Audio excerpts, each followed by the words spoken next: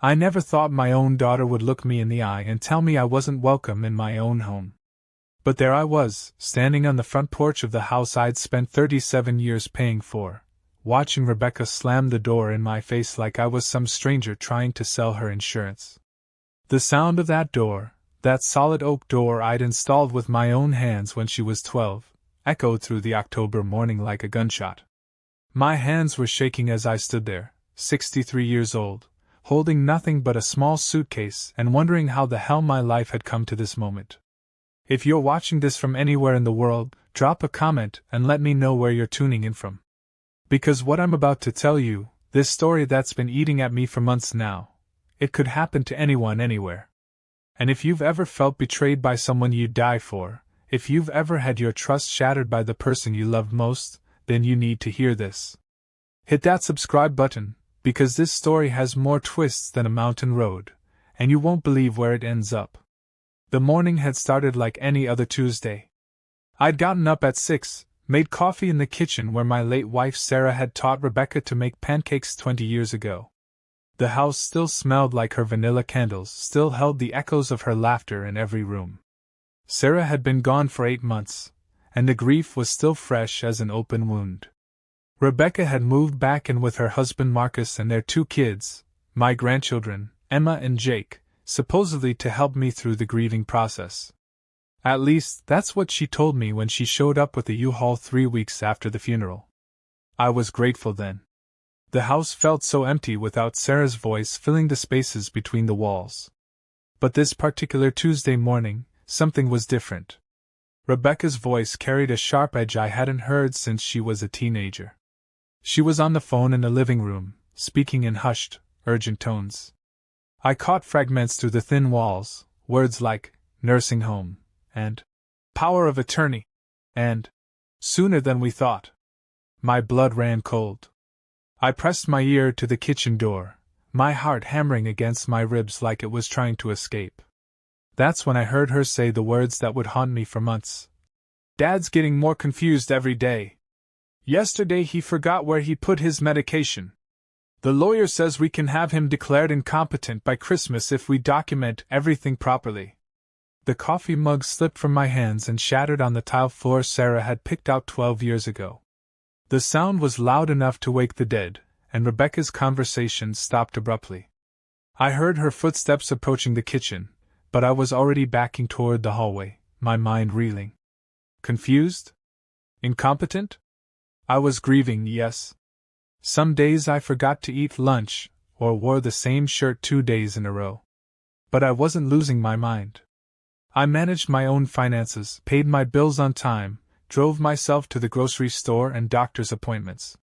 I was processing the loss of my wife of 40 years, not sliding into dementia. But as I stood there in the hallway, pieces began clicking together like tumblers in a lock. The way Marcus had been asking detailed questions about my finances.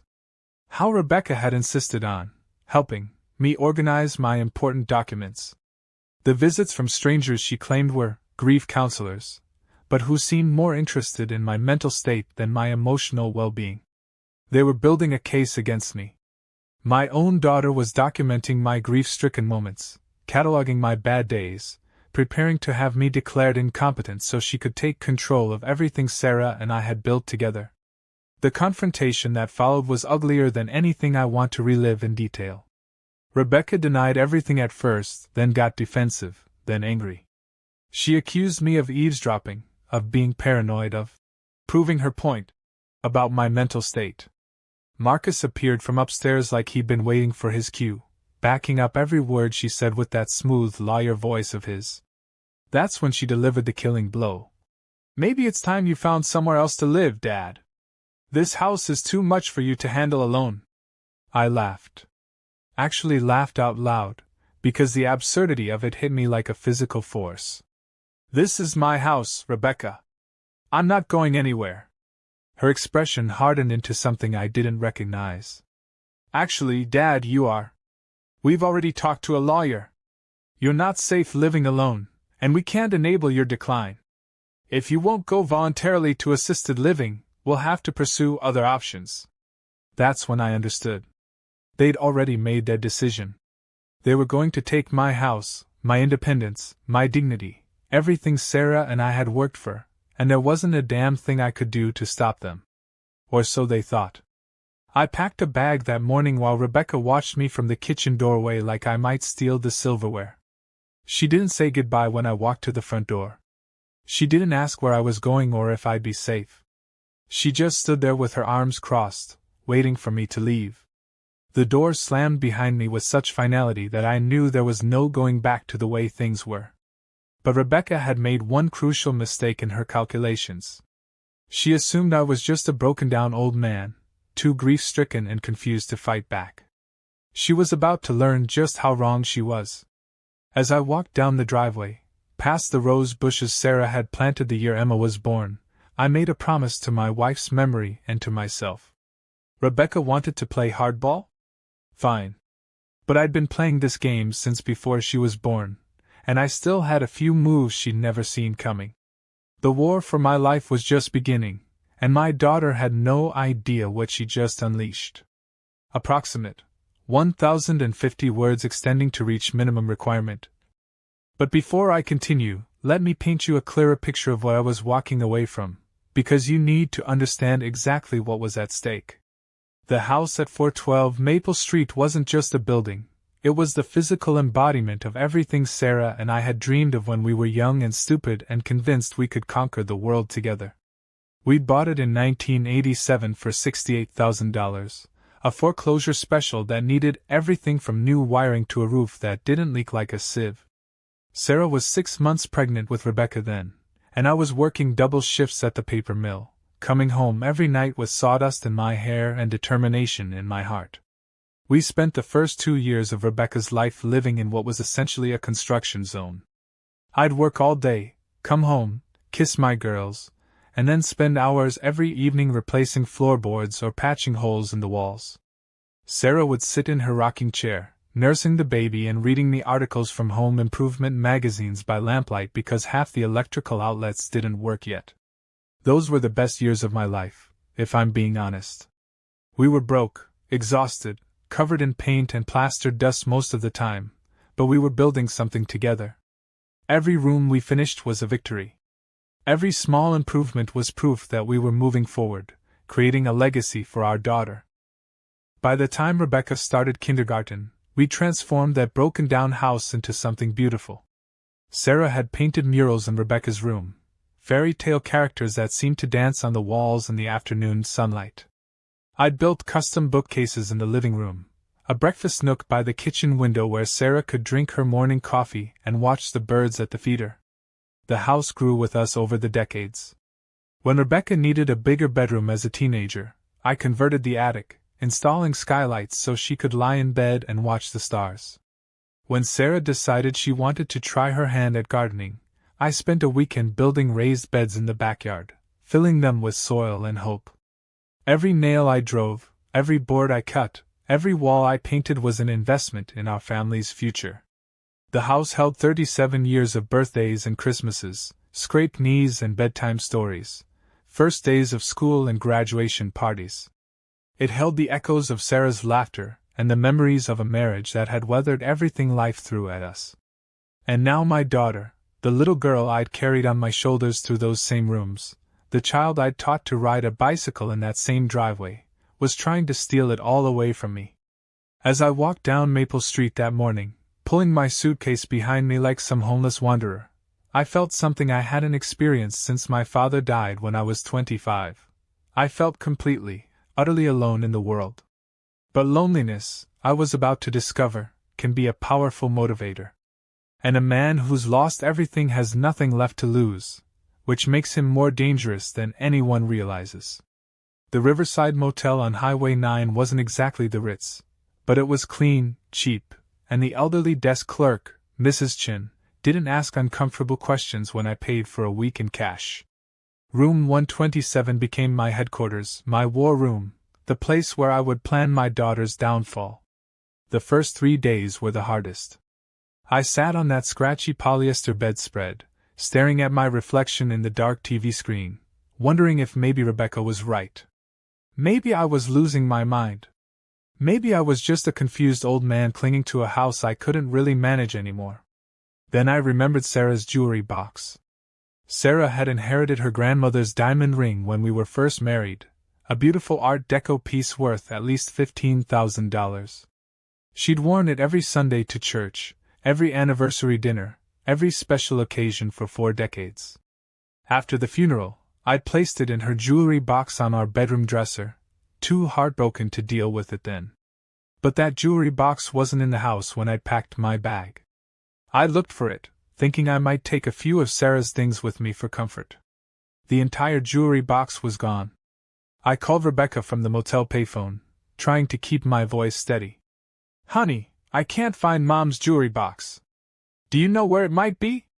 The pause on the other end of the line lasted just a beat too long. "Oh, Dad. I moved it to the safety deposit box at the bank. You know, for security. With your memory issues, I was worried you might misplace something important." My memory issues. She'd already started the narrative, already begun building the case that I was incompetent. And while she was protecting my security, she'd essentially stolen my dead wife's wedding ring. That's when the grief transformed into something harder, colder, more useful. Rage crystallized into purpose. I spent the 4th day at the Riverside Public Library, using their computers to research everything I could about elder abuse, financial exploitation, and guardianship laws. What I learned made my blood run cold. If Rebecca could convince a judge that I was incompetent, she could gain control over my finances, my medical decisions, even where I lived. She could sell my house and pocket the proceeds, claiming it was for my own good. But I also learned something else. The system had safeguards. You can't just declare someone incompetent without evidence. You need medical evaluations, documented incidents, witnesses to cognitive decline. And most importantly, the alleged incompetent person has the right to legal representation. That's when I met Daniel Martinez. Danny was 34 years old, worked out of a strip mall office between a nail salon and a Chinese restaurant, and specialized in cases nobody else wanted to touch. Elder abuse, he told me during our first meeting, was one of his passions, partly because his own grandfather had been scammed out of his life savings by a crooked financial advisor. "The thing about family exploitation," Danny said, leaning back in his chair and studying me with sharp brown eyes, "is that it's the most devastating kind. When a stranger robs you, it's a crime. When your own child does it, it's betrayal on a level that destroys your ability to trust anyone ever again." I told him everything. About the overheard phone conversation, about the missing jewelry box, about Rebecca's sudden interest in my finances and her claims about my mental state. Danny listened without interruption, taking notes in a legal pad that was already half filled with other people's tragedies. "Here's what we're going to do," he said when I finished. "First, we document everything. Every conversation, every interaction, every attempt they make to isolate you or control your assets. Second, we get you evaluated by an independent neurologist, someone they can't influence or intimidate. Third, we start building your counter case." "Counter case?" Danny smiled, and for the first time since this nightmare began, I felt a flicker of hope. "Mr. Henderson, your daughter thinks she's playing chess while you're playing checkers. She's counting on you being too grief-stricken, too confused, too passive to fight back. But what she doesn't realize is that you're not just defending yourself, you're going on the offense." The neurological evaluation took place the following Tuesday at Riverside General Hospital. Dr. Patricia Knowles was a no-nonsense woman in her 50s who put me through 3 hours of cognitive tests, memory exercises, and psychological evaluations. She tested my ability to manage finances, my understanding of legal concepts, my capacity to make informed decisions about my own care. "Mr. Henderson," she said when we finished, "you're grieving, which is entirely normal for someone who lost a spouse of 40 years 8 months ago. You're also dealing with stress from family conflict, which can affect sleep and concentration. But you are absolutely not suffering from dementia, Alzheimer's, or any other form of cognitive decline that would impair your ability to live independently or manage your affairs." She handed me a sealed envelope containing her official report. Anyone who tries to claim otherwise is either mistaken or lying. Armed with Dr. Knoll's evaluation, Danny and I began phase 2 of our plan. He helped me open a new bank account at a different institution, one where Rebecca couldn't monitor my transactions or freeze my assets. We also set up a post office box so my mail couldn't be intercepted. But the real breakthrough came when Danny introduced me to investigator Sarah Kim, a former police detective who specialized in financial crimes and family fraud. Sarah was like a bloodhound when it came to tracking money, and what she discovered about my daughter's finances made everything clear. Rebecca and Marcus were drowning in debt.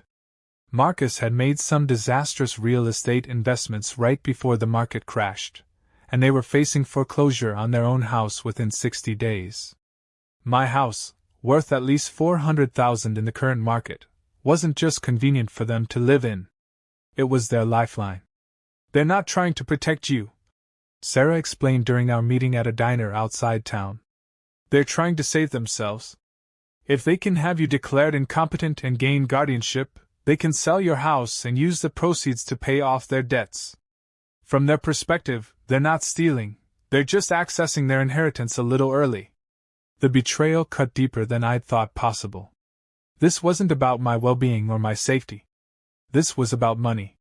Rebecca was willing to destroy my life, steal my independence, and erase everything Sarah and I had built together just to solve her own financial problems. But knowing their motivation gave us power. And Sarah had discovered something else during her investigation, something that would prove to be the key to everything that followed. Rebecca had been forging my signature. She'd been endorsing and depositing checks made out to me, insurance payments, Social Security, even a small inheritance from Sarah's aunt that had arrived after the funeral. She'd opened a joint account using forged documents, and had been systematically transferring money out of my primary savings account. "This isn't elder abuse anymore," Danny told me grimly. "This is felony fraud. We have enough evidence to send your daughter to prison." As I sat in that strip mall office, holding photocopies of my forged signatures, I realized that Rebecca had handed me the perfect weapon for my revenge. She thought she was being clever, covering her tracks, building her case against me while stealing my money. Instead, she'd given me exactly what I needed to destroy her completely. But I wasn't ready to use that weapon yet. Because revenge, I was learning, is like a fine wine, it gets better with age. And I wanted Rebecca to understand exactly what she'd lost before I took it all away from her. The game was just beginning, and I was finally ready to play. Living in that motel room for 2 weeks taught me something I'd never learned in 40 years of marriage and steady employment: how to be invisible. Not physically invisible, but socially invisible. The kind of person people look right through, the kind of man who can sit in a diner booth for hours nursing one cup of coffee while listening to other people's conversations. It's amazing what people will say when they think nobody's paying attention. I developed a routine by the 3rd week. Every morning at 7:30, I'd drive past my house on Maple Street, not to torment myself but to gather intelligence. I'd park 3 blocks away and walk past like I was just an old man taking a morning stroll. Rebecca had no idea I was documenting everything: her comings and goings, her visitors, the delivery trucks that stopped at what used to be my front door. That's how I discovered Marcus was having an affair. It was a Thursday morning in late November when I saw the silver BMW pull into my driveway. A woman got out, tall, blonde, probably mid-30s, wearing a business suit that probably cost more than I used to make in a month. She didn't knock on the front door like a business associate or friend would. She used a key. Marcus answered the door in a bathrobe at 10:15 in the morning. Rebecca's car wasn't in the driveway. She'd left an hour earlier with the kids, probably taking them to school. The blonde woman kissed Marcus on the mouth right there on my front porch, the same porch where I'd taught my daughter to tie her shoes 25 years ago. I took photos with the disposable camera Sarah had bought me for our anniversary trip to Yellowstone, the trip we'd never gotten to take because the cancer came back too fast and too angry. The irony wasn't lost on me that I was using my dead wife's camera to document my son-in-law's betrayal of my living daughter. But I didn't confront them. I didn't call Rebecca. I didn't march up to that front door and demand answers. Instead, I went back to Danny's office and added this information to our growing file. Divorce changes everything, Danny explained, reviewing the photographs. If Rebecca finds out about the affair, she'll divorce Marcus. If she divorces him, their joint debts become more complicated. They might not be able to use your house sale to pay off his real estate losses.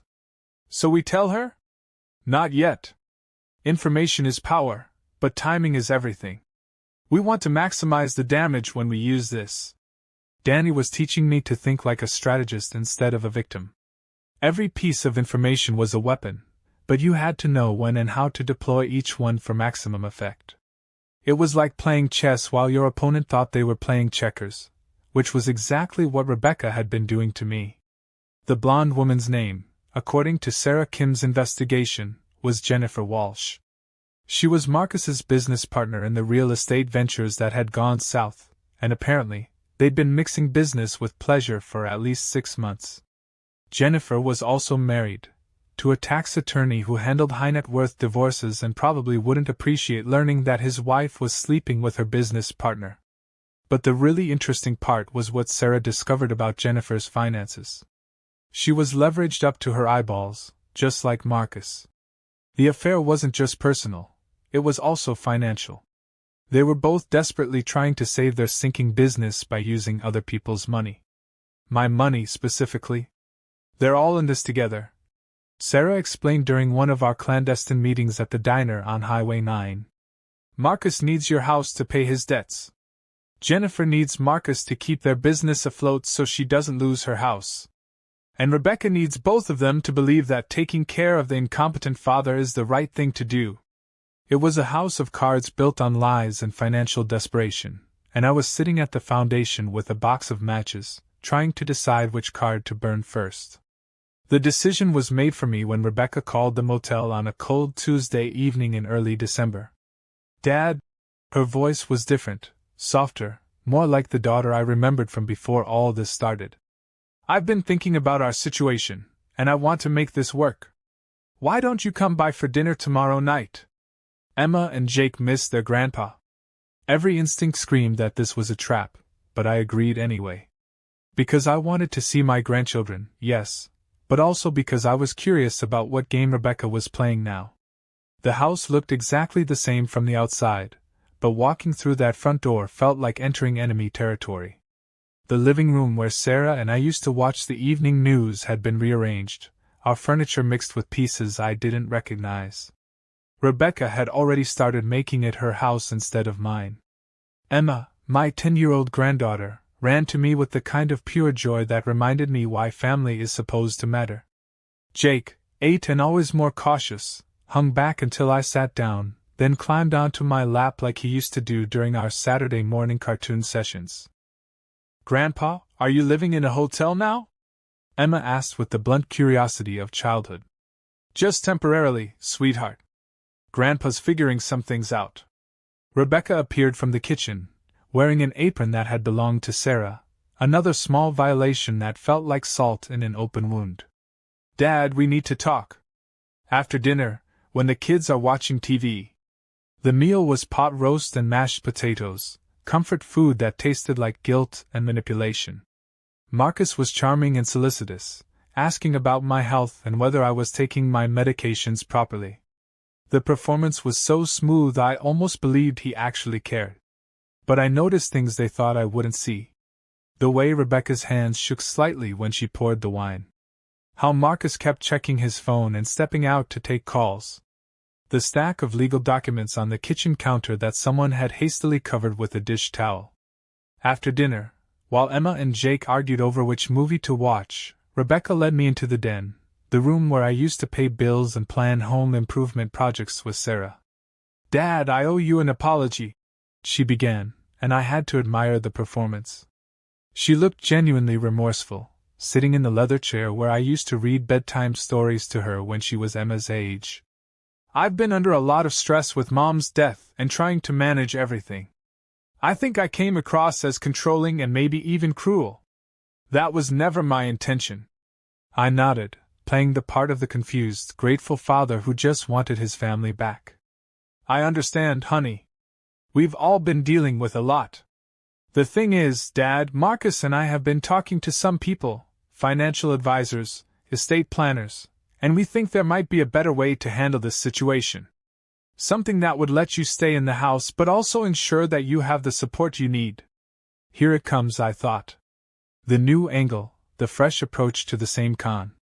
We could set up a kind of partnership, she continued, pulling out papers from behind the cushion of her chair.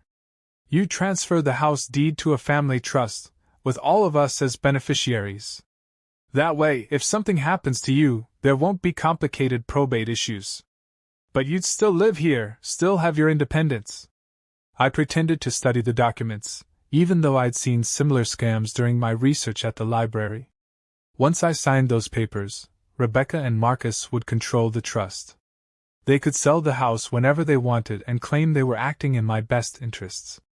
This seems complicated, I said, channeling every confused old man stereotype I could think of. Maybe I should have a lawyer look at this. Rebecca's smile tightened just a fraction.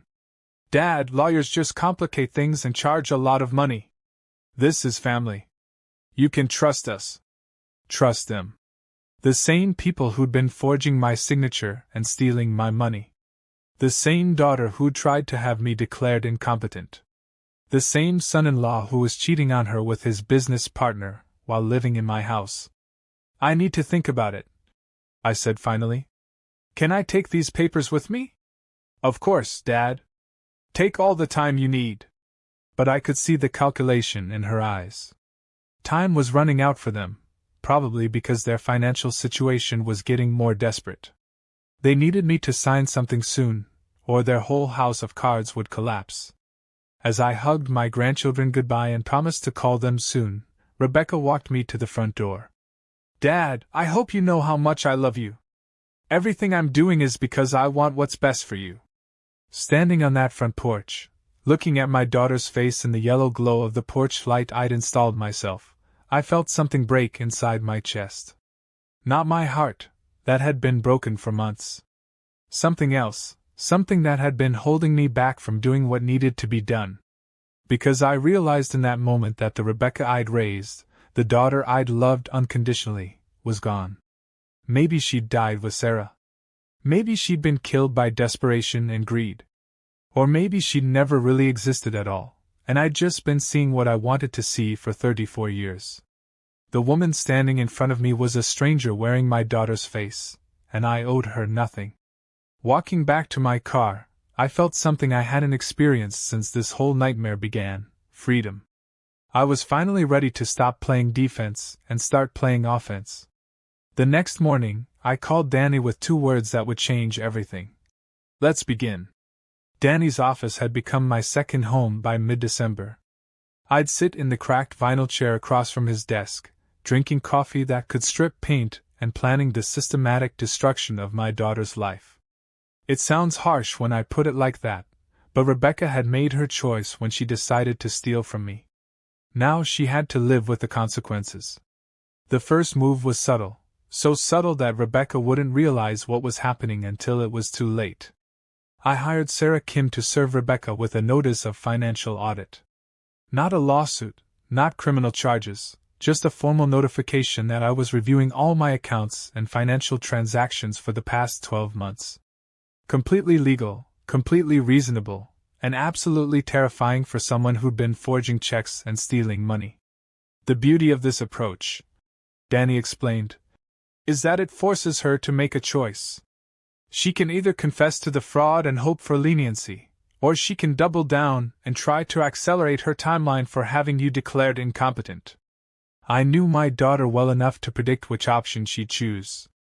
Rebecca had never been the type to admit mistakes or back down from a fight.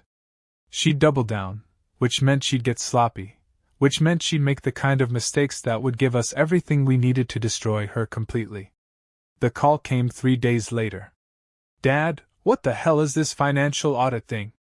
You're embarrassing the family with this paranoid nonsense. I played my part perfectly, the confused, hurt father who just wanted to understand his finances better after his wife's death. It's not paranoid, honey. I'm just trying to get organized. Sarah always handled the bills, and I want to make sure I understand everything. You don't need to understand everything. That's why you have me and Marcus to help you. I know, sweetheart, but the accountant said it was important to review all the transactions. He found some discrepancies that... What kind of discrepancies? Her voice had that sharp edge again, the tone that meant she was scared. Well, there are some checks that were deposited into accounts I don't remember opening. And some signatures that look different from mine. The accountant thinks maybe someone might have made some mistakes with my paperwork. The silence on the other end of the line lasted so long I thought she'd hung up. When she finally spoke, her voice was carefully controlled. Dad, you're obviously more confused than we thought. Why don't Marcus and I come over to the motel tonight? We can clear all this up. They arrived at 7:30, Marcus carrying a briefcase and Rebecca holding a manila folder thick with documents. I'd prepared for this meeting like a general preparing for battle, recording device hidden in my shirt pocket, copies of all my evidence locked in Danny's office safe, and a clear exit strategy if things went sideways. Dad, Marcus began, settling into the motel room's single chair while Rebecca perched on the edge of the bed. We need to talk about this financial audit situation. You're making some serious accusations without understanding the full picture. I nodded, channeling every confused old man I'd ever seen in a medical waiting room. I'm not accusing anyone of anything. I just want to understand why my signature looks different on some of these checks. Rebecca opened her folder and pulled out photocopies of bank statements. Dad, you asked me to help you with your finances after Mom died.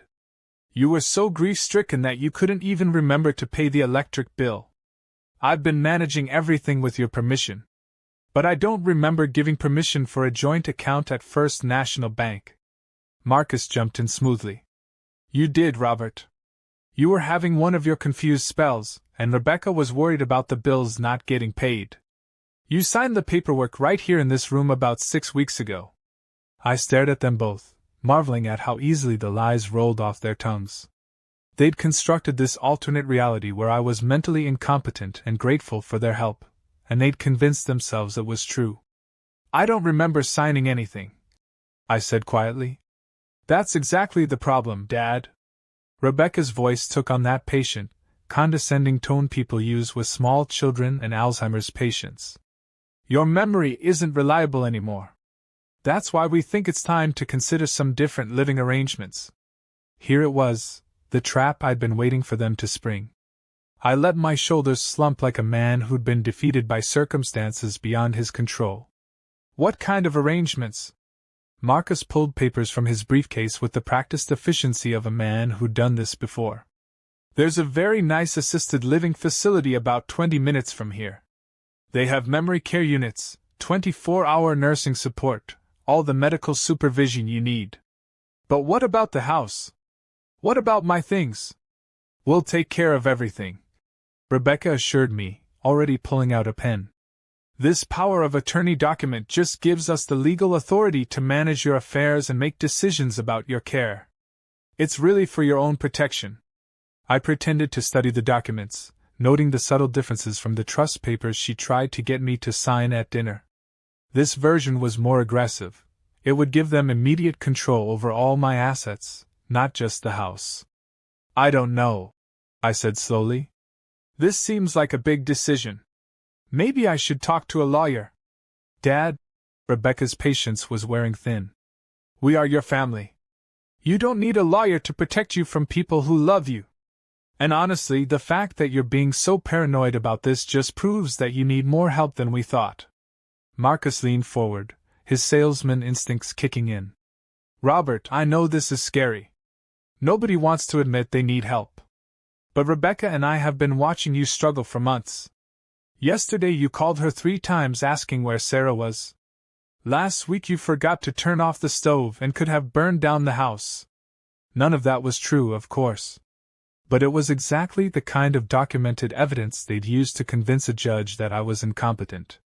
They were creating their narrative in real time, lying so smoothly that they might have convinced me if I hadn't known better. If I sign this, I said carefully, what happens to me?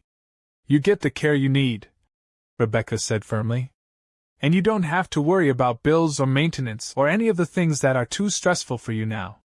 I looked at my daughter, really looked at her, and tried to find some trace of the little girl who used to crawl into bed with Sarah and me during thunderstorms.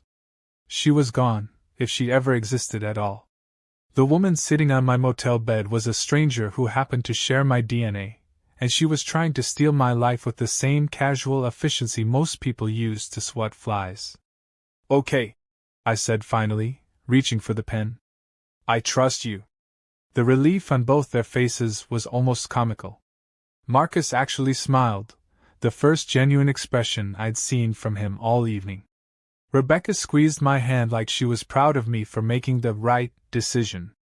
I signed the papers with a shaky hand, playing up the confused old man act for the hidden recording device. They witnessed my signature, notarized the documents, and promised to start making calls to the assisted living facility in the morning. You're doing the right thing, Dad, Rebecca said as they gathered up their papers. Mom would be proud of you for being so mature about this. After they left, I sat on the edge of that scratchy motel bed and allowed myself one moment of pure, crystalline rage. They'd just stolen my life, my independence, my dignity, everything I'd worked 40 years to build, and they'd done it while telling me how much they loved me. But they'd also just made the biggest mistake of their lives. Because the power of attorney documents I'd signed were worthless. Danny had prepared them specifically for this meeting, legal-looking forms that would satisfy Rebecca's need for documentation but had no actual legal standing. The real documents were still locked in his office safe, along with the recordings of tonight's conversation that clearly showed Rebecca and Marcus lying about my mental state and coercing a signature through fraud. I called Danny from the motel payphone, not trusting the room phone in case they were monitoring my calls. It's done, I told him simply. How do you feel? I thought about that question as I watched the snow starting to fall outside the motel window. How did I feel? Sad, certainly. Angry, absolutely. But underneath all that, I felt something I hadn't experienced in months: power. Like a man who's finally ready to fight back. The next phase would be the most dangerous. Rebecca and Marcus would move quickly now, thinking they had legal control over my assets. They'd start making arrangements to sell the house, probably contact the assisted living facility, maybe even begin dividing up my possessions like vultures picking over a corpse. But every move they made would only dig their grave deeper. Because now I had them on tape committing fraud, coercion, and elder abuse. Now I had documentation of their lies and evidence of their desperation. The trap was set, and my daughter had walked right into it. Tomorrow, the real fun would begin. The call came at 6:30 the next morning, jolting me from the first decent sleep I'd had in weeks. Rebecca's voice was tight with panic, though she was trying to hide it behind a veneer of concerned daughter. Dad, there's been a problem with the power of attorney papers. The bank is saying there are some technical issues with the notarization. We need you to come in today and sign some additional documents. I smiled in the darkness of the motel room. Danny had been right. They tried to use the fake documents immediately, probably to access my accounts or put the house on the market. Now they were discovering that their legal authority was worthless paper. What kind of technical issues? I asked, injecting just the right amount of confusion into my voice. I don't really understand all the legal details, but Marcus says it's just a formality. Can you meet us at the bank at 10? I suppose so. But Rebecca, I've been thinking about what we discussed last night, and I'm having second thoughts about the assisted living facility. Maybe I'm not as confused as we thought. The pause that followed was pregnant with barely controlled frustration. Dad, we've already discussed this. You're not thinking clearly right now. That's exactly why you need help making these decisions. But I feel fine today. Maybe I was just having a bad day yesterday. Dad? Her voice had that sharp edge again. We're past the point of pretending you're okay. The arrangements have already been made. Sunrise Manor has a bed available next Monday, and frankly, after last night, I don't think it's safe for you to be making important decisions on your own. There it was, the mask slipping, revealing the authoritarian underneath. Rebecca wasn't asking for my cooperation anymore. She was telling me what was going to happen. In her mind, I'd already signed away my rights, and now I was just an obstacle to be managed. What if I don't want to go? Dad, you don't have a choice. We're your legal guardians now. Legal guardians. She was so confident in her fake paperwork that she was already thinking of herself as my guardian. The irony would have been funny if it wasn't so infuriating. I arrived at First National Bank 15 minutes early and positioned myself where I could watch the entrance. Rebecca and Marcus arrived together in his BMW, along with a third person I didn't recognize, a thin man in an expensive suit carrying a leather briefcase. Their lawyer, probably, brought in to legitimize whatever new scam they were running. Danny had coached me extensively on this moment. I was to play along with whatever they wanted, sign whatever documents they put in front of me, and trust that he had everything under control. It went against every instinct I had, but I'd come this far by trusting his strategy. The meeting took place in a conference room that smelled like coffee and desperation. The bank manager, a nervous woman named Patricia Wells, kept apologizing for the confusion with the previous documents.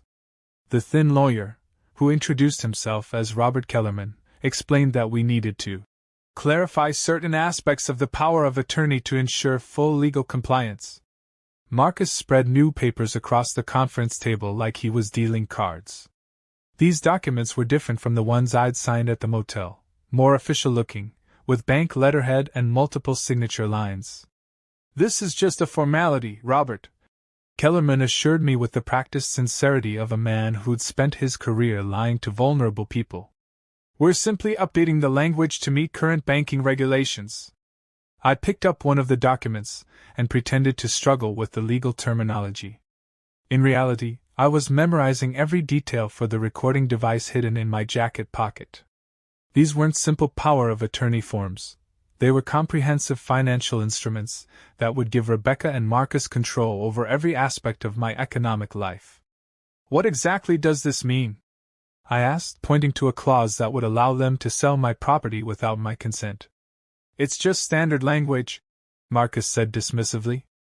It protects everyone involved by ensuring that necessary decisions can be made quickly if needed. Necessary decisions.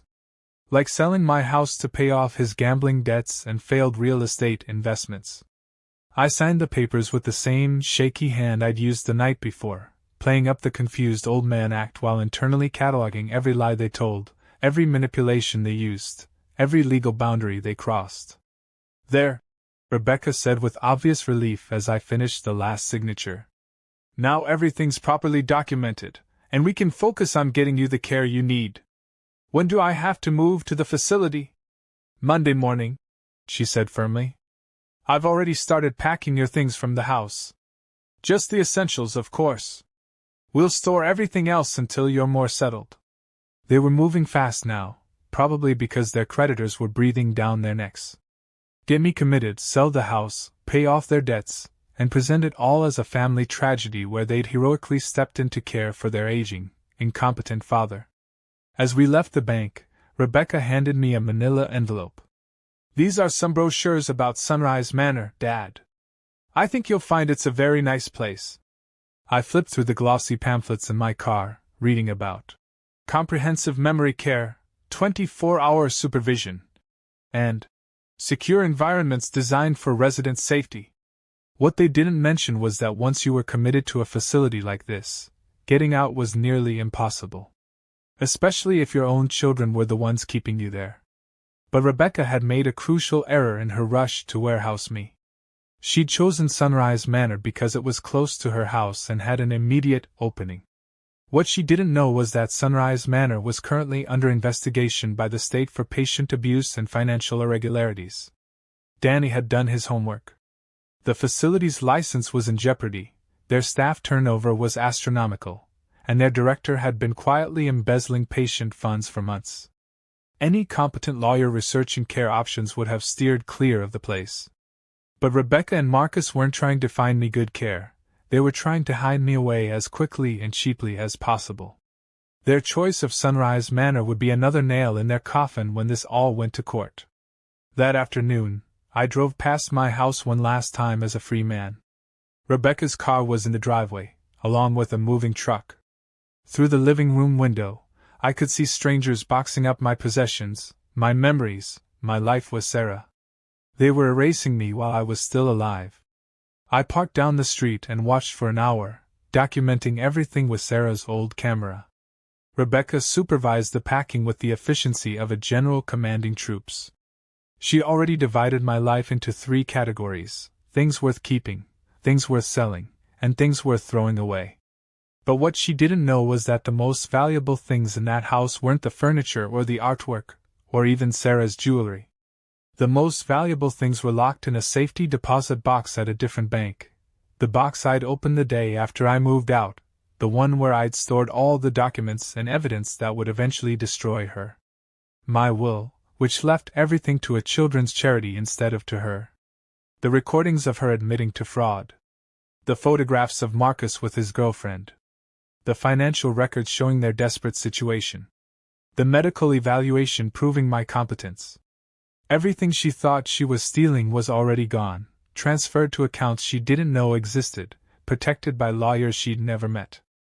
As I watched the movers load my recliner, the chair where I'd held Rebecca when she had nightmares as a child, into their truck, I felt the last vestiges of paternal love die in my chest.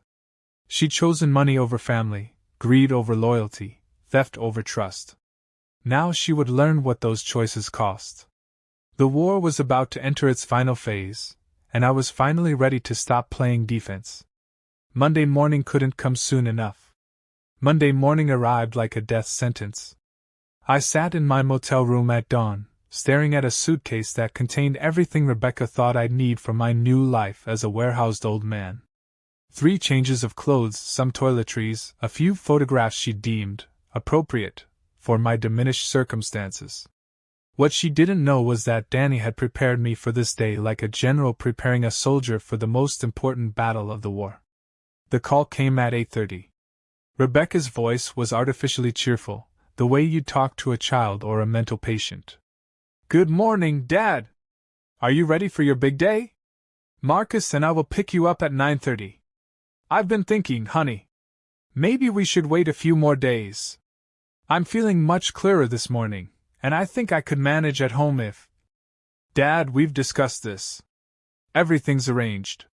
Your room is ready, the staff is expecting you, and honestly, after watching you struggle these past few months, I'll sleep better knowing you're getting professional care." Professional care at a facility under state investigation. Care from staff who were quitting faster than they could be replaced. Care funded by the sale of my house, which would happen the moment I was safely locked away. They arrived exactly on time, Marcus wearing a somber expression that was supposed to convey reluctant duty, Rebecca clutching tissues like she was the one being sacrificed. The performance was so polished I wondered how many times they'd rehearsed it. "Ready, Dad?" Rebecca asked, reaching for my suitcase. I nodded, playing the part of the defeated old man one last time. "I suppose I don't have much choice. You'll like it there," Marcus assured me as we walked to his car. "They have activities, other people your age to talk to. It'll be good for you to have some social interaction." Social interaction with other people whose families had abandoned them, he meant. Other inconvenient elderly relatives who'd been shuffled off to make room for their children's ambitions. Sunrise Manor looked exactly like what it was, a place where people went to disappear. The building was a converted office complex, all beige concrete and small windows, surrounded by a parking lot that needed repaving. The sign by the entrance was faded, and several letters in Sunrise had burned out, giving it an appropriately apocalyptic appearance. Inside, the smell hit me immediately, industrial disinfectant trying unsuccessfully to mask urine, decay, and despair. The lobby was decorated with the kind of furniture you'd see in a discount hotel, all synthetic fabrics and plastic plants. A television in the corner played a game show that nobody was watching. The director, a heavy-set woman named Mrs. Patterson, greeted us with the professional sympathy of an undertaker. She led us through hallways lined with wheelchairs and walkers, past residents who stared at us with the hollow eyes of people who'd given up hope. "This will be your room, Mr. Henderson," she announced, opening the door to a space barely large enough for a single bed, a dresser, and one chair. The window looked out on the parking lot where Marcus's BMW sat gleaming in the weak December sunlight. "It's perfect," Rebecca said with forced brightness. "Dad, you'll be so comfortable here." Comfortable. In a room smaller than the walk-in closet Sarah and I had shared for 30 years. Mrs. Patterson handed me a stack of papers to sign: admission forms, medical releases, financial authorizations. I noticed that several of them gave Sunrise Manor permission to bill Rebecca directly for my care, automatically withdrawing payments from the accounts she now controlled.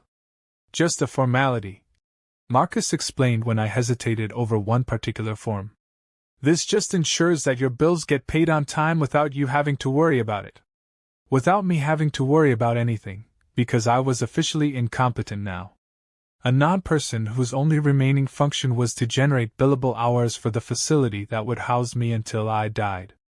I signed everything they put in front of me, including a document that severely limited my visitors and phone privileges. "For your safety and privacy," Mrs. Patterson explained, though we all knew it was to prevent me from contacting anyone who might question the arrangements. "Well," Rebecca said when the paperwork was complete, "I guess this is goodbye for now." She hugged me briefly, a perfunctory gesture that felt like being embraced by a stranger. Marcus shook my hand with the hearty enthusiasm of a man who just closed a profitable deal. "Take care of yourself, Robert. We'll visit soon." And then they were gone, leaving me alone in a room that smelled like pine sol and broken dreams, listening to the sound of their car driving away from the parking lot below. Mrs. Patterson returned an hour later with a male orderly who looked like he bench-pressed small cars for entertainment. "Mr. Henderson, I need to collect any medications you might have brought with you. We handle all medication distribution here." I handed over the bottles of blood pressure medication and vitamins I'd brought, knowing that the real medications, the ones that would prove my competence and contradict their narrative about my mental state, were safely locked in Danny's office. "We also need to confiscate any electronics," she continued. "Cell phones can be confusing for our memory care residents." My phone, my only connection to the outside world, my lifeline to Danny and Sarah Kim and the lawyers who were preparing to destroy my daughter's life. I surrendered it without protest, because protesting would mark me as a difficult resident who needed additional restrictions. "Dinner is at 5:30, Mrs. Patterson informed me. "Lights out at 9. Breakfast at 7. If you need anything, just press the call button by your bed. Someone will be with you within 20 minutes. 20 minutes. Time enough for a person to die, but apparently not enough to warrant immediate attention.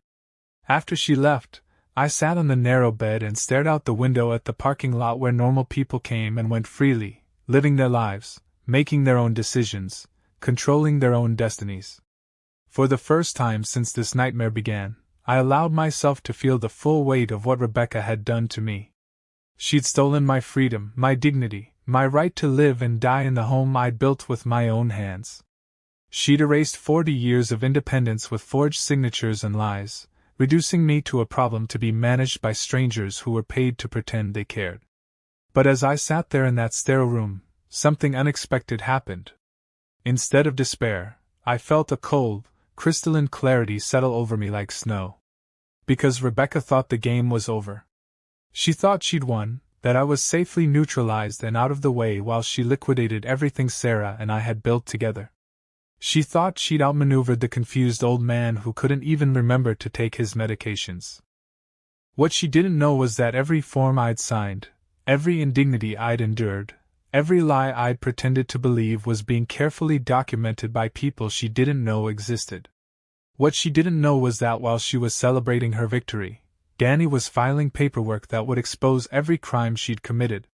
What she didn't know was that the confused, helpless father she'd just abandoned in this hellhole was about to become the most dangerous enemy she'd ever faced. The first phase of my revenge was complete. I was exactly where I needed to be, with all the evidence I needed to destroy her completely. Now the real war could begin. The first week at Sunrise Manor taught me things about human cruelty I'd never wanted to learn. The staff treated residents like inventory. bodies to be moved, medicated, and managed with the minimum effort required to avoid lawsuits. Mrs. Patterson ran the place like a prison warden, and most of the orderlies acted like guards who resented having to deal with troublesome inmates. But I also learned something else: how to be invisible in plain sight.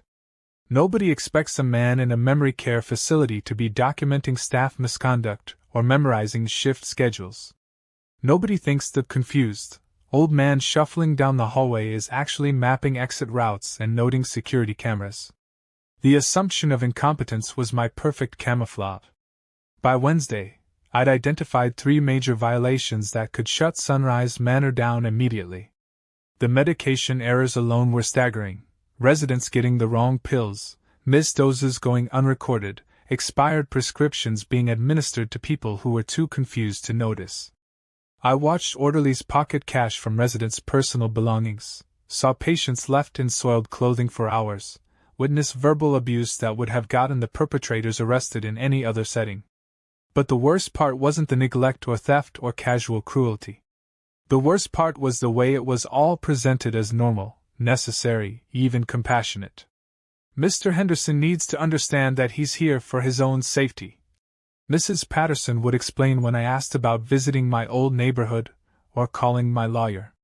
Family members sometimes find it difficult to accept that their loved ones need this level of care. On Thursday evening, I had my first real conversation with another resident. Her name was Dorothy Walsh, not related to Marcus's girlfriend, just an unfortunate coincidence, and she'd been at Sunrise Manor for 8 months. Her daughter had committed her after she'd fallen in her apartment, and spent 6 hours on the floor before a neighbor found her. "The thing they don't tell you," Dorothy said as we sat in the common room after dinner, "is that once you're in here, getting out is nearly impossible. Even if you prove you're competent, even if you hire lawyers, the system is designed to keep you here. Your family controls everything, and they have financial incentives to keep you locked up." She was 74 years old, sharp as a tack, and trapped in the same web of legal manipulation that had ensnared me. Her daughter was using the assisted living payments to fund her own lifestyle, while Dorothy's house sat empty, slowly deteriorating. "How many of us are there?" I asked, looking around the common room at the dozen or so residents staring blankly at the television. "More than you'd think. Maybe a third of the people here don't actually need this level of care. But their families found it easier to warehouse them than deal with the inconvenience of aging parents." That night, lying on the narrow bed in my cell-like room, I realized that Rebecca hadn't just betrayed me, she'd betrayed everything Sarah and I had taught her about family, loyalty, and doing what's right even when it's difficult. She'd chosen the easy path, the profitable path, the path that required her to think of me as a problem rather than as a person. But Friday brought unexpected hope in the form of a new orderly named Kevin Martinez, Danny's younger brother, who'd gotten hired at Sunrise Manor as part of our plan. Kevin had experience working in legitimate care facilities, and his presence meant I finally had an ally inside the walls. "Jesus Christ," Kevin whispered when he saw my room during his first shift. "This place is worse than Danny described. How the hell is this legal?" "It's not," I told him quietly. "That's the point." Kevin had brought me something precious, a cell phone, hidden inside a box of adult diapers that nobody would think to search. He'd also brought news from the outside world. "Danny filed the criminal complaints yesterday," he reported while pretending to check my vital signs. "Fraud, elder abuse, forgery, financial exploitation, the whole package. The prosecutor's office is very interested, especially when they learned about Sunrise Manor's reputation." "What about Rebecca?" "She doesn't know yet. But she will soon. Danny also filed to have you declared legally competent and to invalidate all the power of attorney documents. That hearing is scheduled for next Wednesday." Next Wednesday. 6 more days in this hellhole, but then I could start the process of reclaiming my life. "There's something else," Kevin continued, lowering his voice even further. "Sarah Kim found more evidence about Marcus and his girlfriend. They've been planning this whole thing for months, maybe longer. There are emails between them talking about managing the old man problem and accelerating the timeline for getting access to your assets. managing the old man problem. That's what I'd become to them. Not a father, not a person with feelings and rights and dignity, but a problem to be solved as efficiently as possible. The weekend passed in a blur of medications I didn't need, activities designed for people with advanced dementia, and meals that tasted like they'd been prepared by someone who never heard of seasoning. But I endured it all, because I knew it was temporary, and because every hour of documented abuse would make the eventual reckoning more devastating. Sunday evening, Mrs. Patterson called me to her office for what she termed a wellness check. The real purpose became clear when she started asking probing questions about my mental state, my adjustment to the facility, and my feelings about my family's difficult decision to place me there. Some residents experience anger or confusion during their transition, she explained, making notes in a thick file that presumably contained my fictional psychiatric history. It's important that we monitor these episodes and adjust your care plan accordingly. Care plan. What she meant was that if I showed any signs of competence or independence, they'd increase my medication or move me to a more restrictive unit where escape would be impossible. I understand why my daughter did this, I said, playing my part one last time. I was getting confused, having trouble managing things. She was trying to protect me. Mrs. Patterson smiled with the satisfaction of someone who just confirmed their diagnosis. That's exactly the kind of insight that shows you're beginning to accept your situation. Many family members struggle with guilt about these decisions, but they're usually the right ones. Right for whom? I wanted to ask. Right for the daughter who was about to inherit a house worth $400,000. Right for the son-in-law who needed that money to pay off his gambling debts? Right for the facility that was billing insurance $3,500 a month for substandard care? But I just nodded and thanked her for her concern, because in 3 days, none of it would matter anymore. Monday night, I used Kevin's hidden phone to call Danny for a final briefing. The criminal charges had been filed. The competency hearing was scheduled. The evidence was compiled and ready for presentation. All the pieces were in place for the complete destruction of my daughter's life. Are you sure you want to go through with all of this?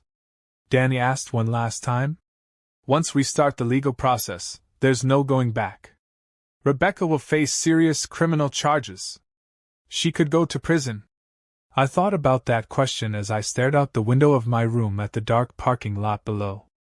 Was I sure? Did I really want to destroy my only child, even after everything she'd done to me? Then I thought about Dorothy Walsh, trapped in this place because her daughter found it convenient. I thought about the other residents being medicated into compliance while their families spent their inheritances. I thought about Sarah's jewelry box and the forged signatures and the way Rebecca had looked me in the eye and lied about loving me. I'm sure, I said finally. She made her choice. Now she lives with the consequences. Tuesday night, I barely slept. Tomorrow would bring either freedom or permanent imprisonment, victory or total defeat. But either way, it would bring the truth, and after months of lies and manipulation, the truth felt like the most precious thing in the world. Wednesday morning couldn't come fast enough. Wednesday arrived with the kind of gray December morning that feels like the world holding its breath before a storm. I'd been awake since 4, staring at the ceiling tiles and rehearsing everything I wanted to say when I finally got my chance to speak the truth. At 8:30, Kevin appeared in my doorway with a wheelchair and a conspiratorial grin. Your chariot awaits, sir. Time to go get your life back. Mrs. Patterson intercepted us in the hallway, her face tight with administrative concern. Mr. Henderson, I understand you have some kind of legal appointment today. I want you to know that our staff is available to provide testimony about your current mental state if needed. Translation: they were ready to lie about my competence to keep me locked up and keep the insurance payments flowing. That's very kind, I said mildly. I'm sure the judge will be interested in hearing from everyone who's been involved in my care. The courthouse was a 20-minute drive through neighborhoods I'd helped build during my years at the paper mill. Houses where I'd installed windows or hung doors, streets where I'd walked Rebecca to school when she was small. It felt like returning to the land of the living after being trapped in purgatory. Danny was waiting for us in the hallway outside family court, wearing his best suit and carrying 2 thick briefcases. Beside him stood Sarah Kim, looking like an avenging angel in a navy blue blazer, and Dr. Patricia Knowles, the neurologist who'd evaluated my competence months earlier. "How are you holding up?" Danny asked as Kevin helped me out of the wheelchair I didn't actually need. "Ready to end this," I said simply. Rebecca and Marcus arrived 10 minutes before the hearing, accompanied by their lawyer Kellerman and a woman I didn't recognize who was presumably some kind of psychiatric expert. Rebecca looked haggard, older than her 34 years, like someone who'd been sleeping poorly and worrying constantly. Good. When our eyes met across the hallway, I saw something flicker in her expression, surprise, maybe even fear. She'd expected to see a broken-down old man, defeated by the system she'd manipulated. Instead, she saw someone who looked alert, determined, and very much in control of his faculties. Marcus whispered something in her ear, and she nodded grimly. They were probably discussing damage control, trying to figure out how to spin this hearing to their advantage. They had no idea what was about to hit them. Judge Maria Santos was a woman in her 50s who'd built her reputation handling elder abuse cases. Danny had researched her extensively. She was known for taking a dim view of family members who exploited vulnerable relatives, and she had a particular hatred for lawyers who enabled financial abuse. "This is a petition to determine competency and to review guardianship arrangements," Judge Santos began, consulting the thick file on her desk. "Mr. Henderson, I understand you're currently residing at Sunrise Manor and that your daughter Rebecca Henderson Marcus has been granted power of attorney over your affairs." "That's correct, Your Honor, though I believe those arrangements were obtained through fraud and coercion." Kellerman jumped to his feet. "Your Honor, Mr. Henderson's mental state has been deteriorating for months. His accusations are consistent with the paranoid ideation common in early-stage dementia." "We'll get to that, Counselor. Please sit down." Danny approached the bench with his first briefcase. "Your Honor, we have extensive evidence that Mr. Henderson is not only competent but has been the victim of a systematic campaign of financial abuse perpetrated by his own daughter and son-in-law. What followed was the most satisfying 2 hours of my life. Dr. Knowles testified about my cognitive evaluation, presenting test scores that clearly demonstrated normal mental function. She explained that grief and stress could affect memory and concentration without indicating dementia, and that my supposed confusion was entirely consistent with someone processing the loss of a spouse. Sarah Kim presented financial records showing the forged signatures, the unauthorized account transfers, and the systematic theft of my assets. She walked the judge through Marcus's failed real estate investments, the couple's mounting debts, and their desperate need for cash. But the real bombshell came when Danny played the recordings. Rebecca's voice filled the courtroom, discussing plans to have me declared incompetent. Marcus talking about managing the old man problem. Their lawyer coaching them on what documentation they need to gain control of my assets.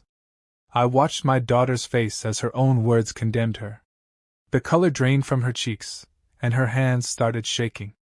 Marcus stared straight ahead with the stoic expression of a man watching his career implode in real time. Then came the recordings from the motel room, where they'd lied about my mental state and coerced my signature on fraudulent documents. Rebecca claiming I'd forgotten where Sarah was, Marcus inventing stories about me leaving the stove on, both of them constructing a narrative of incompetence that was completely false. "Your Honor," Kellerman tried desperately, "these recordings were obtained without my client's knowledge or consent. In the state of Pennsylvania, Counselor, it's legal to record conversations when you're a participant. Mr. Henderson was defending himself against fraud. The recordings are admissible." But Danny wasn't finished. He opened his second briefcase and presented evidence of Marcus's affair with Jennifer Walsh, including photographs and financial records showing how their business partnership had evolved into a personal relationship. He showed the judge correspondence between Marcus and Jennifer discussing their need to liquidate assets quickly to avoid bankruptcy. The final nail in the coffin was the documentation of conditions at Sunrise Manor. Kevin had provided photographs of medication errors, sanitation violations, and staff misconduct. Sarah Kim had uncovered the facility's financial irregularities and the ongoing state investigation. So let me understand this, Judge Santos said, her voice rising with barely controlled anger.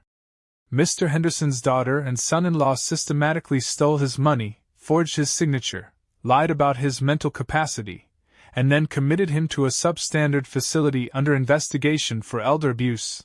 Also, they could sell his house to pay off their debts? That's correct, Your Honor, Danny said quietly. The judge turned to Rebecca and Marcus with an expression that could have frozen fire. Do you have anything to say in your defense?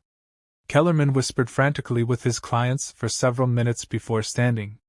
Your Honor, my clients believed they were acting in Mr. Henderson's best interests. Perhaps their methods were overzealous, but their intentions were good. Their intentions were theft, Judge Santos snapped. And their methods were criminal. She turned back to me, her expression softening. Mr. Henderson, I'm ruling that you are fully competent, and that all power of attorney documents obtained through fraud are null and void. You are free to leave Sunrise Manor immediately and resume control of your assets. The gavel came down like thunder, and with it, the house of cards Rebecca and Marcus had built collapsed completely. But Judge Santos wasn't finished. Furthermore, I'm ordering the district attorney's office to investigate potential criminal charges for elder abuse, financial exploitation, and fraud. And I'm referring this matter to the State Attorney General for review of Sunrise Manor's business practices. As we left the courtroom, Rebecca finally approached me. Her face was streaked with tears, and she looked smaller somehow, diminished by the weight of her own choices. Dad, I never meant for it to go this far. I was just trying to help. I stopped walking and looked at her, really looked at her, for what I knew would be the last time. You were trying to help yourself, Rebecca. And you were willing to destroy me to do it. I'm still your daughter. I made mistakes, but I'm still your family. I thought about that for a long moment, remembering the little girl who used to fall asleep in my lap during bedtime stories, the teenager who'd come to me for advice about boys and college and life. That person was gone, if she'd ever really existed. No, I said finally. My daughter died the day you decided to steal from me. You're just a stranger who happens to share my DNA. I walked away from her then, out of the courthouse and into the December afternoon, leaving her standing there with the wreckage of everything she tried to steal. The war was over, and I had won. But victory, I was discovering, tasted more like sorrow than satisfaction. 3 months later, I was sitting in my kitchen, in my house, surrounded by my things, reading the newspaper and drinking coffee from Sarah's favorite mug. The morning sun streamed through the window she'd insisted we install 20 years ago, and for the first time since her death, the silence didn't feel oppressive. It felt like peace. The legal fallout from the courtroom had been swift and merciless.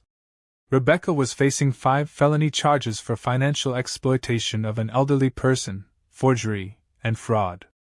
Marcus had been disbarred and was looking at his own set of criminal charges, plus a civil lawsuit from Jennifer Walsh's husband, who'd discovered the affair and wasn't feeling particularly charitable about it. Sunrise Manor had been shut down by the state, with Mrs. Patterson and several staff members facing their own legal troubles. Dorothy Walsh had been reunited with her house and her independence, though she'd asked me to be her emergency contact. Apparently, surviving institutional abuse creates its own kind of family bond. But the real victory wasn't in the courtroom or the newspaper headlines.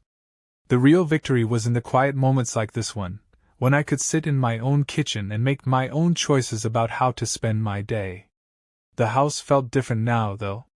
Not empty the way it had after Sarah died, but lighter somehow. As if a weight I hadn't fully realized I was carrying had been lifted from my shoulders. I'd spent months fighting to keep this place, but now I was beginning to wonder if keeping it was really what I wanted. Sarah's presence was still here, in every room we'd renovated together, every wall we'd painted, every memory we'd made. But she was also gone, and no amount of fighting could bring her back. The house was a monument to our life together, but it wasn't life itself. My grandchildren had called twice since the court hearing, Emma and Jake, confused and hurt by their parents' arrest, trying to understand why Grandpa had sent Mommy and Daddy to jail. Rebecca's sister had taken them in temporarily, and she'd arranged for the kids to visit me once the dust settled. Those conversations were the hardest part of this whole ordeal. How do you explain to a 10-year-old that her mother tried to steal her grandfather's life? How do you tell an 8-year-old that sometimes the people who are supposed to love you most are the ones who hurt you deepest? I decided to tell them the truth, in age-appropriate terms. That Mommy and Daddy had made some very bad choices about Grandpa's money and house. That sometimes grown-ups do wrong things when they're scared or desperate. That I still loved them, even though I couldn't love their parents anymore. Emma had cried. Jake had gotten angry and said he hated everyone. But they'd both hugged me before they left, and Emma had whispered, "I'm sorry Mommy was mean to you, Grandpa." That moment broke something in my chest that I didn't know was still intact. The phone rang, interrupting my morning meditation on victory and loss. Danny's voice was cheerful. He'd been riding high on the success of the case, and it had brought him several new clients who'd heard about his work exposing elder abuse. "Robert, I have some news. The prosecutor's office called this morning. Rebecca's lawyer is asking about a plea deal." I set down my coffee cup carefully. "What kind of deal?" "Reduced charges in exchange for full restitution and admission of guilt. She'd serve maybe 2 years instead of the 8 to 10 she's facing if this goes to trial." 2 years. For stealing my life, my freedom, my dignity. For treating me like a problem to be solved instead of a person to be loved. "What do you think?" Danny was quiet for a moment. "Honestly? I think she should take it. The evidence against her is overwhelming, and a jury's going to be outraged when they hear those recordings. She could get the maximum sentence if she rolls the dice with the trial. I didn't ask what she should do. I asked what you think I should do." Another pause. "Robert, you've already won. You got your life back, you exposed their crimes, you saved other people from the same abuse. The question is whether you want justice or revenge, because those aren't always the same thing. Justice or revenge." I'd been thinking about that distinction a lot lately, especially during the long nights when sleep wouldn't come and I found myself replaying every moment of betrayal, every lie, every manipulation. When this started, I'd wanted revenge. Pure, simple, devastating revenge against the people who'd tried to steal everything Sarah and I had built together. I'd wanted them to suffer the way they'd made me suffer, to lose everything they valued the way they'd tried to take everything I valued. And I'd gotten that revenge. Rebecca was facing prison, Marcus was ruined professionally, their marriage was over, their debts were crushing them, and their children would grow up knowing their parents were criminals. But revenge, I was learning, is like drinking poison and hoping your enemies die. The satisfaction fades, but the bitterness lingers. "I need to think about it," I told Danny. That afternoon, I drove to Riverside Cemetery for the first time since Sarah's funeral. Her gravestone was simple granite, engraved with her name, dates, and the words, "Beloved wife and mother," that Rebecca had insisted on despite my preference for "beloved wife and friend." I sat on the bench we donated in memory of her parents, and told her about everything that had happened. The betrayal, the fight, the victory, the aftermath. I told her about Emma and Jake, about Dorothy Walsh, about the choice I had to make about Rebecca's plea deal. "What would you do?" I asked the cold December air. "Would you forgive her? Would you let her serve her time and try to rebuild some kind of relationship? Or would you make her face the full consequences of what she did?" Sarah didn't answer, of course. But sitting there in the quiet of the cemetery, watching the snow start to fall on the headstones of people who'd lived and loved and died in this small town, I began to understand something about justice and mercy and the weight of choices that can't be undone. Rebecca had made her decisions based on fear, desperation, and greed. She'd chosen to see me as an obstacle instead of a person, a problem instead of her father. Those choices had consequences, and justice demanded that she face them. But I had choices to make too. I could insist on maximum punishment, could push for a trial that would expose every sordid detail of her betrayal to public scrutiny. I could ensure that she spent the next decade in prison, that her children grew up without their mother, that whatever small chance existed for redemption was crushed under the weight of my anger. Or I could accept that sometimes justice is less about punishment and more about prevention. That sometimes the best revenge is living well while your enemies live with the knowledge of what they've lost. That evening, I called Rebecca's lawyer and agreed to support the plea deal on one condition: full restitution, not just of the money she'd stolen, but of all the legal fees, medical bills, and other costs her fraud had created. She'd also have to publicly admit her guilt and participate in a documentary about elder abuse that Danny was helping to produce. I wanted her to face consequences, but I also wanted those consequences to serve a purpose beyond my personal satisfaction. The call to Emma and Jake that night was different. I told them that their mom had agreed to take responsibility for her mistakes, that she'd be away for a while but would come home eventually. I told them that sometimes people do terrible things and still deserve a chance to be better. "Are you still mad at Mommy?" Emma asked. I thought about that question for a long time. "I'm disappointed in her, sweetheart. And hurt. But I'm trying not to be angry anymore, because being angry is like carrying a heavy rock around all the time. It just makes everything harder. Will you forgive her?" "I don't know yet. But I'm going to try." 6 months later, I sold the house. I know that might sound like Rebecca one, like I gave her exactly what she wanted. But the truth is more complicated than that. I sold the house because I was ready to let go, not because I was forced to. Sarah and I had built a beautiful life in that house, but Sarah was gone, and I was still here. The house was full of memories, but it was also full of ghosts. And at 64 years old, I realized I had maybe 20 good years left to build new memories instead of just maintaining old ones. I donated half the proceeds to Danny's Legal Aid Foundation, which helps elderly people fight financial abuse. The other half went into a trust fund for Emma and Jake, money their parents couldn't touch, couldn't steal, couldn't use for anything except their children's education and future. I bought a small condo near the lake, a place with big windows and no maintenance required. I joined a grief support group, started volunteering at the literacy center, began dating a woman named Margaret who'd lost her husband to cancer 3 years ago. It felt like learning to live again instead of just learning to survive. Rebecca was released from prison after 18 months, good behavior, and a successful rehabilitation program. She called me on a Tuesday evening in September, her voice smaller and older than I remembered. "Dad, I know I have no right to ask, but I wondered if we could talk. Not about forgiveness or fixing things or pretending this didn't happen. Just talk."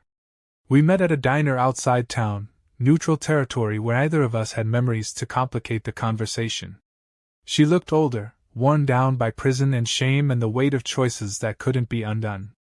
"I can't excuse what I did," she said after we'd ordered coffee and sat in awkward silence for several minutes. "I can't explain it in a way that makes sense, even to me. I was scared and stupid and desperate, and I convinced myself that I was helping you instead of hurting you." "You were helping yourself," I said quietly. "And you were willing to destroy me to do it." "I know. I've had 18 months to think about that, and I know." She told me about prison, about the counseling programs that had helped her understand the magnitude of what she'd done. About the other women she'd met who'd made similar choices and ruined their families through desperation and greed. There was this woman, Maria, who'd embezzled money from the nursing home where she worked because her husband needed cancer treatment and they couldn't afford it. She kept telling herself she was just borrowing the money, that she'd pay it back when he got better. But he died anyway, and she went to prison, and the residents she stole from lost their life savings. Rebecca stared into her coffee cup like it might hold answers to questions she wasn't sure how to ask. I kept thinking about her story and realizing that good intentions don't matter when you're causing real harm to real people. I told myself I was protecting you from your grief, but I was really just protecting myself from having to deal with an inconvenient father. We talked for 2 hours. Not about forgiveness, either of us was ready for that conversation yet. But about truth, about consequences, about the long road back from betrayal. "Emma and Jake ask about you," I told her as we prepared to leave. "They want to know if their grandfather still loves them." "What do you tell them?" I tell them that love and trust are different things. I'll always love them because they're innocent in all this. But trust has to be earned back. She nodded, tears streaming down her face. I understand. I don't know if I can earn it back, but I understand. As I watched her walk to her car, a 10-year-old Honda that replaced the BMW Marcus had lost in the divorce, I realized something had shifted inside my chest. The weight of anger I'd carried for 2 years had finally begun to ease. Not forgiveness, not yet. Maybe not ever. But something like peace. That night, I called Danny to let him know about the meeting. How do you feel? He asked. Tired, I said honestly. But also lighter somehow. Like I've been carrying something heavy for so long that I forgot what it felt like to put it down. Do you think you'll rebuild a relationship with her? I looked out the window of my condo at the lake, where the moonlight created a path across the water that seemed to lead toward tomorrow. I don't know. Maybe someday. But if I do, it'll be because I choose to, not because I have to. And it'll be based on who she is now, not who she used to be. That's the thing about revenge, I've learned. When you finally get it, when you've destroyed your enemies and proven your point, and made them pay for every wrong they've done to you, you realize that none of it brings back what you lost. Rebecca's punishment didn't resurrect Sarah or restore the innocence I'd had about family loyalty. Marcus's disgrace didn't erase the months of fear and helplessness I'd endured. The satisfaction of victory didn't heal the wound of betrayal. But it did something else, something I hadn't expected. It taught me that I was stronger than I'd known. That I could survive the worst thing I could imagine, the betrayal of my own child, and still find reasons to build instead of destroy, to hope instead of despair, to choose love over hate even when hate felt justified. The house on Maple Street sold to a young family with 2 small children. I drove past it once, about a month after they moved in, and saw tricycles in the driveway and chalk drawings on the sidewalk. The new owners had painted the front door bright blue. Sarah would have loved it, and planted flowers in the beds she'd designed. The house was alive again, full of new dreams and fresh possibilities. And that felt like the right ending to this story somehow. Not the destruction of something beautiful, but its transformation into something new. If you've stayed with me through this whole story, if you've listened to this old man recount the worst and best years of his life, then you know something about the complicated relationship between justice and mercy, between revenge and redemption.